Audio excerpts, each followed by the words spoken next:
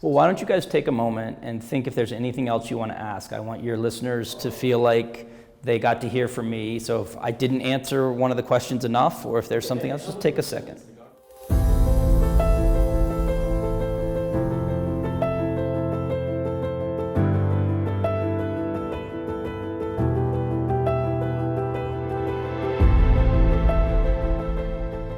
This is a great question, and it's one I hear often from the Sudanese people that I'm meeting with around the region and virtually meeting with inside.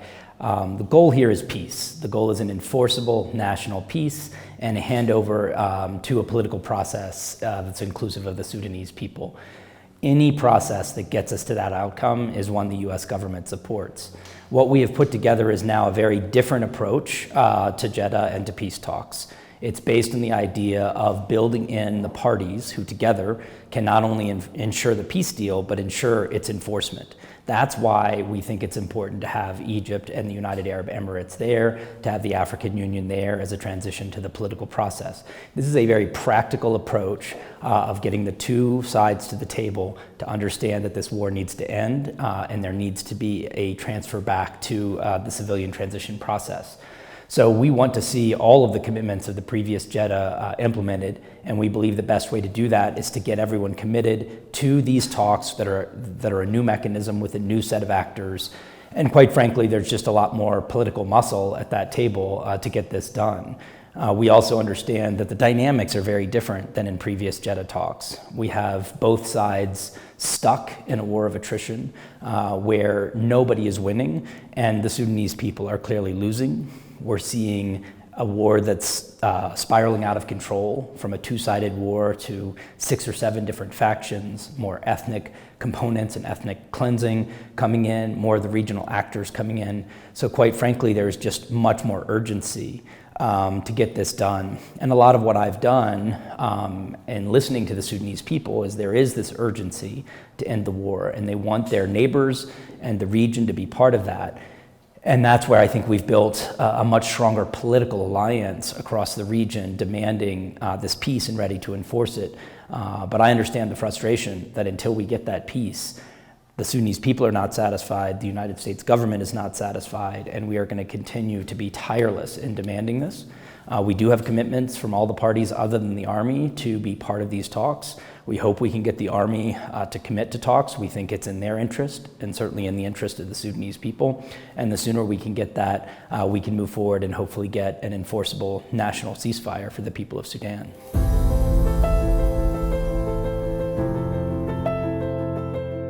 So one of the other things that the Sudanese people have been very clear about is they do not want other countries fueling this war. They do welcome other countries to help send food and medicine. They do want other countries to help with the peace process. They do not want other countries sending more weapons and more fighters. We have certainly been clear with the United Arab Emirates about the fact that they must stop their role. We are also seeing, as you said, the increased presence of Iran, of Russia. You're seeing Sahel fighters from across the Sahel coming in to fight.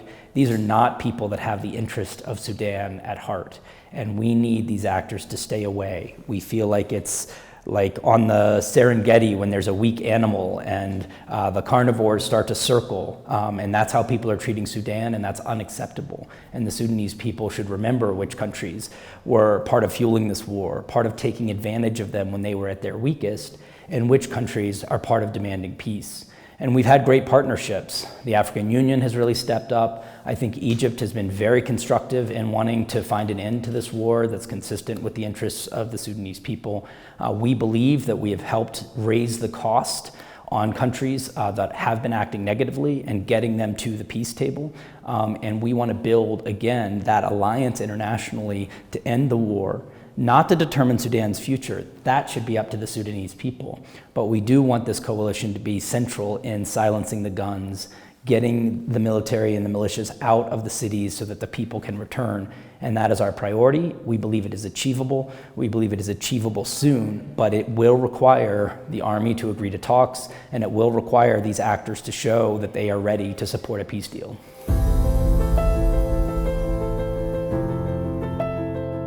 So first, we think the sanctions have been an important way to increase the cost on negative actors. We need more countries to join us in that. I know it matters more than people think because I'm the one who gets the phone calls from all of the negative actors begging not to be put on the sanctions list. We have, for example, communicated directly to General Hemeti that he would be sanctioned if they move on al-Fashir. We think that may have been part of deterring full attacks, but we're not satisfied until we can end the siege of al-Fashir. Part of that is we've been trying to get people to the talks, and we've had trouble getting the army to commit to the peace talks. So we have a lot of puzzle pieces coming together here.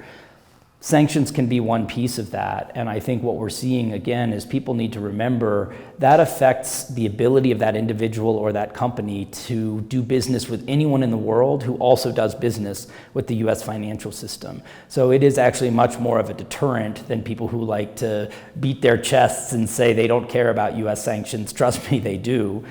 We are trying to use them as effectively as possible, but it has to be part of a broader strategy. That strategy at its core has to be the two parties coming to the table and accepting a cessation of violence. It cannot be the idea that sanctions have magical powers to solve the problem themselves. So we need all of these pieces to come together. I believe that we've seen tremendous progress over the last few months because of the voice of the Sudanese people breaking through to the UN system, the African Union system, our African counterparts. So I'm seeing that surge of diplomatic interest, but none of it matters unless that translates into results for the Sudanese people. And that's where we're all frustrated. We need to see those results on immediate humanitarian access. We need to see results on a peace deal and a cessation of violence. We need to see results on handing power back to the Sudanese people to determine their future. We are not satisfied, and we will keep fighting diplomatically with every ounce of our energy until we see that for the Sudanese people.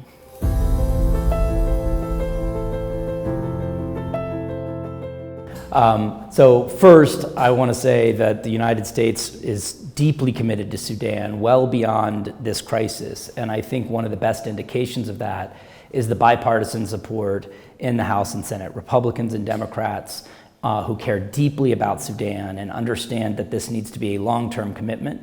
I think there's an understanding that many parts of the world did not do enough during the brief period of hope in Sudan to support that constitutional future, and I think there's going to be a need to be ready for that once we get this war ended. If we are unable to stop the war in the next few weeks, we will need as a community to be committed to addressing the famine that is already here and growing this summer. But what we would rather be doing is investing in sustainable agriculture for the long term in Sudan, investing in Sudan having more control of its resources and its future. And I think the Sudanese people will be right to demand, not just from the United States, but the rest of the world, long-term investments in that process. What we know is it's never going to start until we get back to a civilian transition. I think that's what many countries around the world are looking for, to be able to have the confidence to start investing long-term in Sudan. So I think we see that strong bipartisan support in the United States to continue, but it's going to need to be a dialogue with the Sudanese people about what that looks like, and we have got to get through this current crisis. Again, this was a situation where many of the problems in Sudan can date back to the decision of the RSF and SAF together to throw off the civilian transition process. As much as they're fighting now, they were united in opposing the Sudanese people's control of their own future. And on some level, this has got to get back to that core question. If the Sudanese people are getting to determine their future, I think the United States and others stand ready to be partners in that long-term investment, and that is where we hope to be very soon.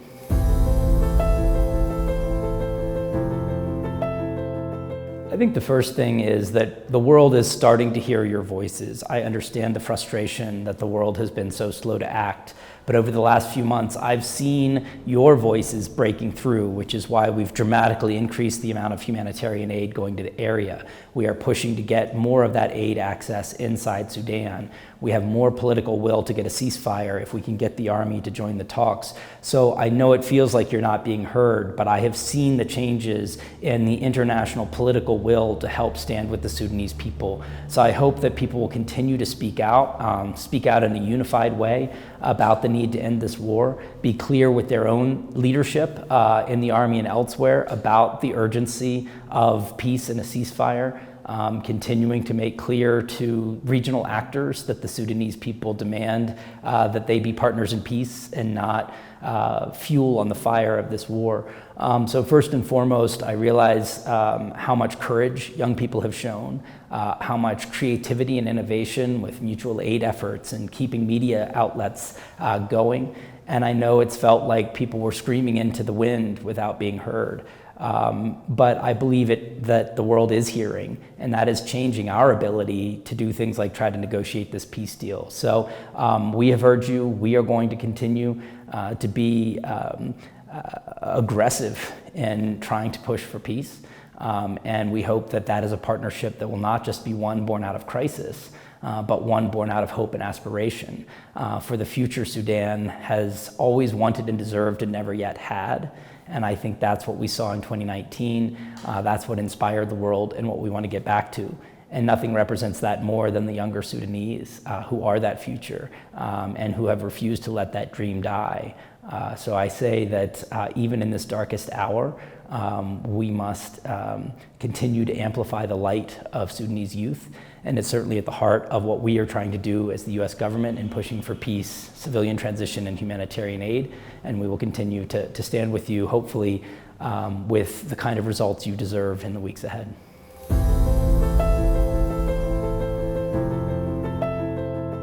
Well, I personally communicated with General Hameti after the horrific atrocities in Wad al-Noura to say that he must hold accountable the people responsible for this. He has chain of command authority as the head of the RSF, and whether or not he ordered that atrocity himself, he does have responsibility legally and morally to ensure that there's accountability for this, and we hope to see concrete steps on that soon. On El Fasher, we've been very clear that the siege was wrong and must end. While there have been violations by both sides, we do see that as having been proactively created by the RSF's decision to surround the city. I think we may have helped to deter the direct takeover of the city so far and some of the kind of atrocities we saw earlier in other cities with the ethnic cleansing of the Masalit. But clearly it has not been enough to get the results we want, which is a cessation of violence and an ending of atrocities. We are using the tools that we have with both internal actors and external actors.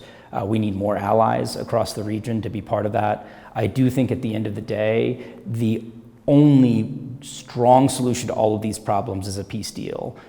We will continue to support local efforts, but really sometimes that means you squeeze the balloon here and the air goes to the other part of the balloon. What we want is a nationwide enforceable cessation of violence. I will say the RSF has agreed without conditions to be part of those talks. We have not yet had that agreement from the army, so we do need them to come to the table.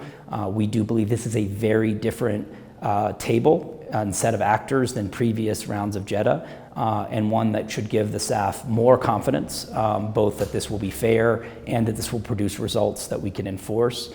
So we will continue to demand accountability, but really try to prevent these atrocities from happening. We are working on efforts to find local solutions in El Fasher, but we know that's not the only place that Sudanese are facing famine and destruction. So we want to see a nationwide solution, but we will also continue to act decisively where we see atrocities happening or on the verge of happening, like we see in El Fasher every day.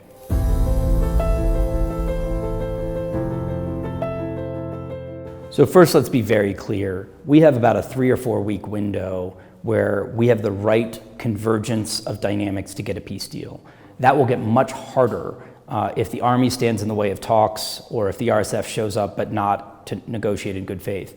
We have done a lot of work as the United States and others to change the political calculus in favor of peace if we get these talks together. But if we do not get a deal in the next few weeks, you will see more of these external actors make this situation far worse. And these are not countries that have the interest of Sudan at heart. In the case of certain actors like Iran, they would love to see a failed state. In the case of others, they're looking to poke other regional allies. It's not about the Sudanese people. And this is why we need the leaders of the RSF and SAF to think in terms of what's in the interest of the Sudanese people, because they're hearing a lot of things from the region for people that are wanting to play games with Sudan for their own reasons. We need those talks now, so that's number one. We hope the Sudanese people will continue to speak up as they've been doing for the importance of talks, for the importance of peace. Second, I do think the world needs to be thinking about a plan B, which probably is peacekeepers in some form under the African Union or the United Nations. I'll be the first to say there's not the political will for that right now, but we will need to start building some of that in a situation where the two parties are unable to negotiate a deal, because it shouldn't be the 50 million Sudanese people that suffer in the middle of that and suffer the kind of atrocities and famine that we see. So I think we have to start having some of those conversations as an international community, but there's no question that this war is solvable. This was a war of choice. This is a famine of choice. Men chose to create this famine. This famine was not created by a crop disease, or by a storm, or by a drought. This famine was created by men in the RSF who decided to burn crops and loot warehouses, decisions by the SAF to make it hard to get food and medicine to the most vulnerable people in Sudan. These are choices people have made, and they could make choices tomorrow that end that by getting food and medicine to all parts of Sudan in compliance with international humanitarian law. It was also a war of choice, and I know each side has their origin story of where it started, but both of their stories are about men making a decision to start this war. And those same men can make a decision today to stop that war. And I believe when they hear from the Sudanese people, as people have been speaking up with one voice about the importance of ending the war now and ensuring aid all over the country, there's at least some responsiveness from those leaders. So we have a window now, a short window, to end this through negotiations. We think that is very possible if we can get the groups committed to the talks. If that fails, I think we are going to have to be thinking about alternative options for how we protect civilians and ensure humanitarian aid access. And frankly, we're open to any suggestions that put the Sudanese people first.